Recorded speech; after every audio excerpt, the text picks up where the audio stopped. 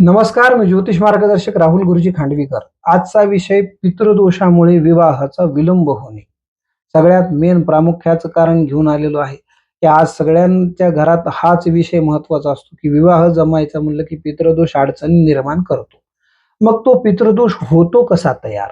हे आधी सगळ्यात जाणून घेऊ. त्याआधी तुम्ही माझ्या चॅनलला सबस्क्राईब केलं नसेल तर सबस्क्राईब करा. नवीन-नवीन व्हिडिओ पाहण्यासाठी आपल्याला मदत होईल. चला तर जाणून घेऊ सगळ्यात आजचा मेन महत्त्वाचा विषय. आपल्या घरामध्ये प्रचंड पितृदोषाचा त्रास आहे. आपल्या मनासारखा विवाह जमत नाही. मुलं-मुली योग्य विवाहाच्या आले, की काही ना काहीतरी अडचणी निर्माण होतात. विवाहाचा विलंब होतो. बराचसा काळ निघून जातो, तरी विवाह जमत नाही. मग आपण काय करतो, की आपल्या जवळच्या ज्योतिषकारांकडे किंवा म्हणा गुरुजींकडे आपण पत्रिका घेऊन जातो आणि पत्रिका घेऊन गेल्याच्या नंतर आपल्याला सांगितलं जातं, की तुम्हाला पितृदोष आहे. पितृदोष आहे इथपर्यंत ठीक आहे, पण तो पितृदोष कसा तयार होतो? तो पितृदोष आपल्या घरात खरंच आहे का? मग अशा काही घटना घडल्यात का? आपण त्याच्याकडे लक्ष देत नाही. मग एखाद्याने आपल्याला सांगितलेलं आहे, गुरुजींनी सांगितलेलं आहे, आम्हाला पितृदोष आहे, तर ओके पितृदोष आहे. पूजा करायची का? तर करायची. म्हणजे गुरुजींनी सांगितली किंवा ज्योतिषकारानं सांगितलं म्हणून तुम्ही विधी करू नका. डोळे झाकून कुणावरही आजकाल विश्वास ठेवू नका. त्याचं कारण असं सांगतो, की जर गुरुजींनी एखादी घटना किंवा ज्योतिषकाराने एखादी घटना जर तुमच्या घरातली सांगितली असेल आणि ती जर घटना तुमच्या घरात मॅच होत असेल तरच तुम्ही विधी करा. नाहीतर अन्यथा या गोष्टींच्या नादी लागू नका.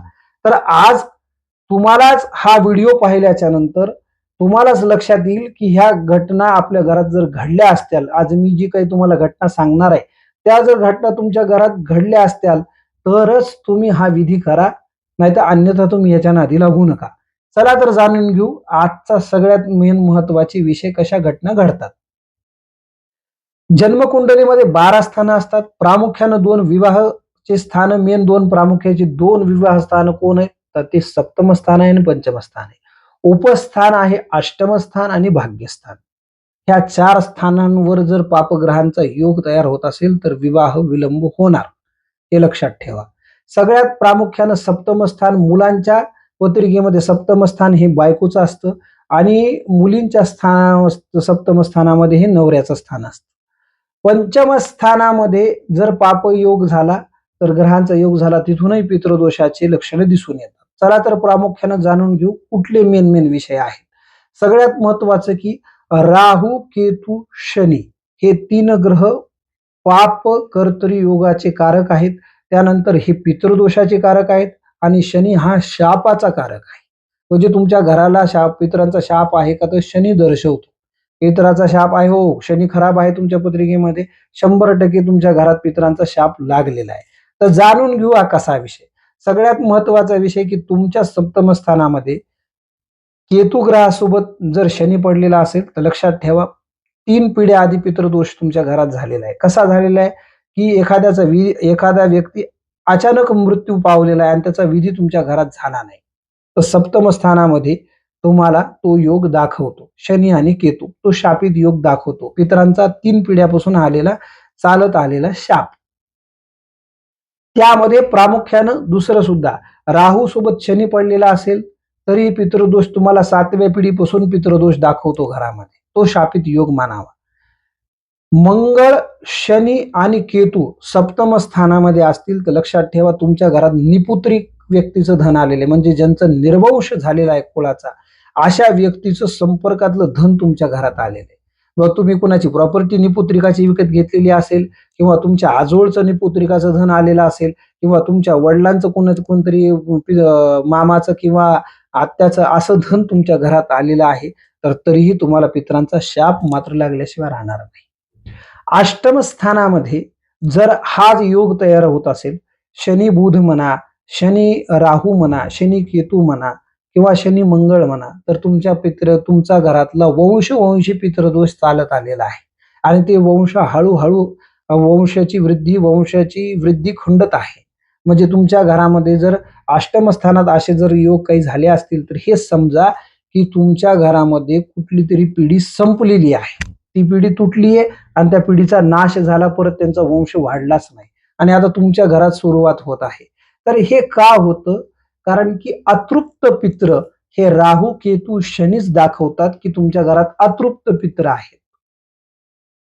मग भाग्यस्थानात हा योग होत असेल, तर भाग्यस्थानात शनीच्या संबंधित कुठलाही शुभग्रह असेल, तर तुमच्या घरातला निर्वंशाचा तर दोष आहेच आहे. पण तुमच्या घरामध्ये शापित योग म्हणजे पुरातन स्त्रियांचा, घरातल्या सवाष्ण स्त्रियांचा शापित योग इथं तयार झाला. शनी मग एक उदाहरण देतो. शनी मंगळ जर तुमच्या भाग्यस्थानामध्ये असतील, तर लक्षात ठेवा तुमच्या घरात कोणतरी सवाष्ण वारलेली, तिची विधी कुठली झालेली नाही. आता दुसरा विषय तुम्हाला असा सांगतो, शनी सोबत चंद्र पडलेला असेल तर कुमारिका कोणतरी तुमच्या घरात वारलेली आहे. शनी सोबत बुध पडलेला असेल तर तुमच्या घरात कोणतरी मुंजा गेलेला आहे, त्याचा विधी झालेला नाही. दुसरी गोष्ट, व्ययस्थाना म्हणजे 12व्या स्थानामध्ये राहू सोबत शनी पडला असेल तर तुमच्या घरातला कोणतरी एक व्यक्ती घरातून निघून गेलेला आहे, तो हरवलेला आहे आणि 12 वर्ष झाली तो वापस आलेला नाही. त्याचे विधी झालेला आहे, त्याचाही तुमच्या घराला शाप लागला. असे अनेक प्रकारचे पितराचे दोष तुमच्या घरामध्ये कुठल्या ना कुठल्या तरी रूपाने तुम्हाला दिसून येतात. आता अचानक आपल्या घरात एखादा ऍक्सिडेंट झाला असेल, ऍक्सिडेंट मधून मृत्यू झालेला असेल, तर लक्षात ठेवा तुमच्या पत्रिकेमध्ये राहू किंवा केतू लग्न स्थानामध्ये शनी ग्रहासोबत किंवा अन्यथा तो गुरुग्रहासोबत किंवा शुभ ग्रहांसोबत पडलेले आहेत. मग त्यांचे सुद्धा तुम्हाला दोष लागतील. घरामध्ये एखाद्या व्यक्तीने आत्महत्या केलेली असेल, स्त्रियांनी म्हणा, पुरुषांनी म्हणा किंवा कुमारावस्थेत म्हणा, जर तुमच्या चतुर्थ स्थानामध्ये पितराचा दोष शनी सोबत दिसून येतो, शनी नीचेचा असणे, घरामध्ये सतत व्यसनाधीन लोक होणे, हे सुद्धा पितराचेच लक्षण आहेत. मग ह्या सगळ्या गोष्टी आपल्याला पितराच्या संबंधित कुठेतरी कुठं आढळून आल्यावर आपल्याला विवाहाचा विलंब होतो. मग हा विवाहाचा विलंबच का होतो? तर विवाहाचा विलंब असा होतो, की विवाह झाल्याशिवाय आपल्या घरातली संतती वाढत नाही. म्हणजे वंशाची वृद्धी होत नाही. मग विवाह झाला, बऱ्याच ठिकाणी पितृदोषातही विवाह होतात. मग विवाह झाले तर ते शक्यतो टिकत नाहीत. टिकले तर मुलीच होतात. पती-पत्नींमध्ये जमत नाही. मग मुलांची संतती होत नाही. म्हणजे तुमचा वंश वाढत नाही.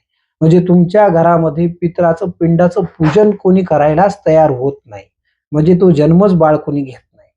मग हे पितराचा दोष निर्वंशाकडे नेण्यासाठी तुमचा विवाह अडकवला जातो. मग तुम्हाला विधी सांगितल्या जातात नारायण नागबळी. घरामध्ये कोणतरी तुम्हाला ॲक्सिडेंट झालेला असेल तर तुम्हाला नारायण नागबळी सांगितलेलं जातं. 3 पिढ्यापासून पितृदोष असेल तर त्रिपिंडी सांगितल्या जाते. त्याच्यानंतर घरामध्ये कोणतरी आत्महत्या केली असेल तर तुम्हाला पिशाच्यमोचन सांगितले जाते. घरातलं कोणतरी निघून गेला असेल आणि तो वापस आला नाही तर तुम्हाला पालाश विधी सांगितल्या जातात. असे हे पितृदोषाच्या पूजा प्रत्येकाच्या वेगळ्या वेगळ्या असतात आणि त्या कारणीभूत वेगळ्या वेगळ्या ठरतात. बऱ्याच वेळेला पंचम स्थानामध्ये जर असे काही योग झाले, विवाह होतात पण संतती होत नाही.